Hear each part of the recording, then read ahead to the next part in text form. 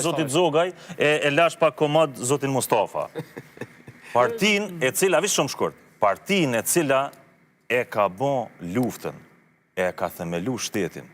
Shtetin e ka bo luft kur kanë luftu, partis kanë qenë. Një gëmbër, sa po flasë njerës që janë sojna. Shumë je korekt që to, që po shumë faleminderit. Partin e komandontave, PDK, edhe AKën, Albin Kurti se hinan hak, Zotit Zogaj. I ka shti komandontat në birë të minit, la. Në qëfar kuptimi? Në atë kuptimin, zoni nuk jo njët, bre, Zotit Mustafa. Une nuk do është të mjë ndërhy. Jo shlirë ndërhy.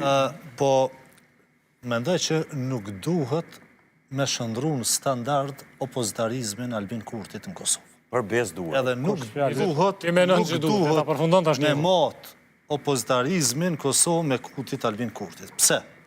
Po flasim për një njeri që nuk ka shfash kur as një pikë ndjesie për këtë shtetë. Në as një fazë të kryimit këti shteti.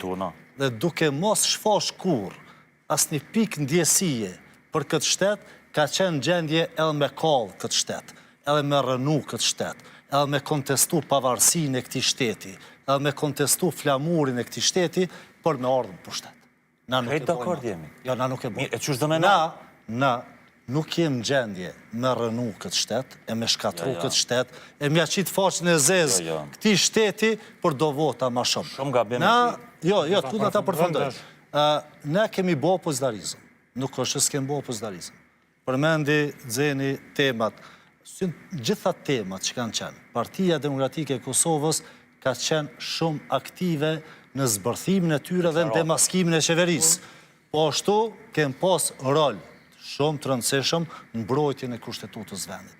Janë mbi 10 raste në gjykatën kushtetuse që i ka dërgu Partia Demokratike e Kosovës dhe që i ka fitu në gjykatën kushtetuse. Dhe ajo nuk o fitore për PDK-n, o fitore për ruajtjen e demokracisë në Kosovë, për shkak se mos t'i shkon roli jonë.